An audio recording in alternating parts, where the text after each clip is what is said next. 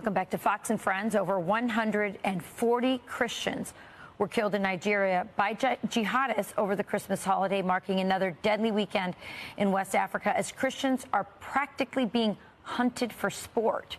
And while the world looks the other way, Nigeria was marked the worst country in the world for Christian persecution last year, according to the International Christian Concern. Here to react, President of the Congress of Christian Leaders, Reverend John Moore. Reverend, thank you for joining us on this very important and very underreported story. So from my understanding of the stats, a Christian is killed every 2 hours in Nigeria. It's astounding. Why don't you just tell us what is going on? Why are Christians being hunted down and killed and kidnapped and their churches burned in Nigeria specifically?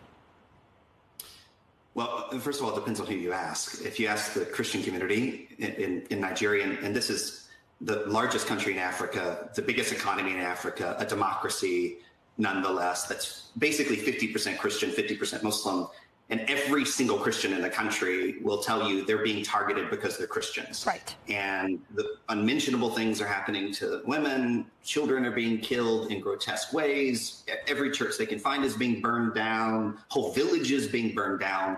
It is basically 100 times worse than anything you've seen. In fact, you know, the 140 people that were killed over Christmas, since that happened, over the last week, another 4 villages have been annihilated entirely.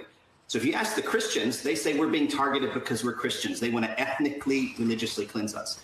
If you ask the Department of State, they're going to say this has nothing to do with religion. In fact, just this last week, the Department of State reversed yet again a Trump administration decision to designate Nigeria as one of the world's foremost persecutors of religious people, of Christians, because they believe the reason why this is happening is, wait for it, climate change. Yes, I saw that. I saw that in the AP. One of my colleague Pete Hegseth showed me the article where the AP said this is happening because of climate change. It's absolutely astounding, first of all, that the Trump administration first designated Nigeria, rightfully so.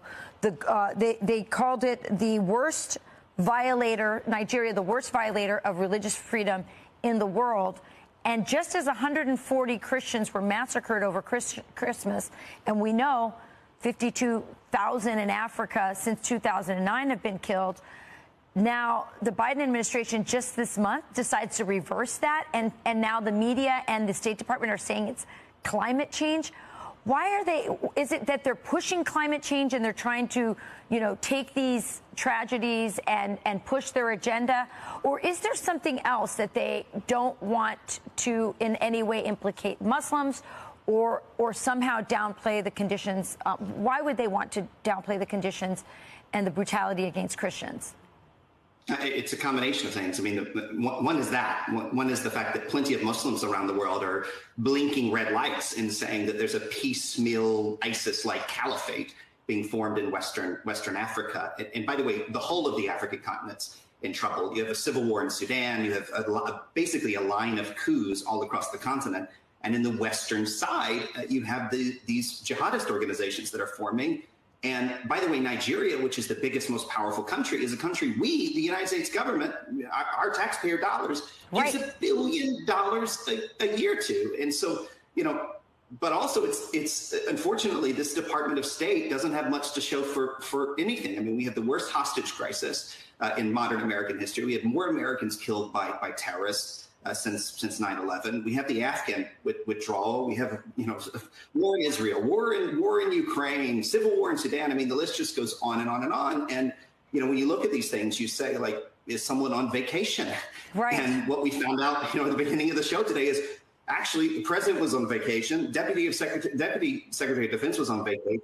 The Secretary of Defense was in the ICU. I mean, it's like insane. It's insane what's happening. You know, Our government is being blind to this, the media is too, but there aren't enough Catholic and Christian leaders like yourself out there bringing attention to it. We really thank you for doing that, and we hope others will continue to speak for the plight of those Christians in Africa. Thank you for joining us, Reverend. Really appreciate it.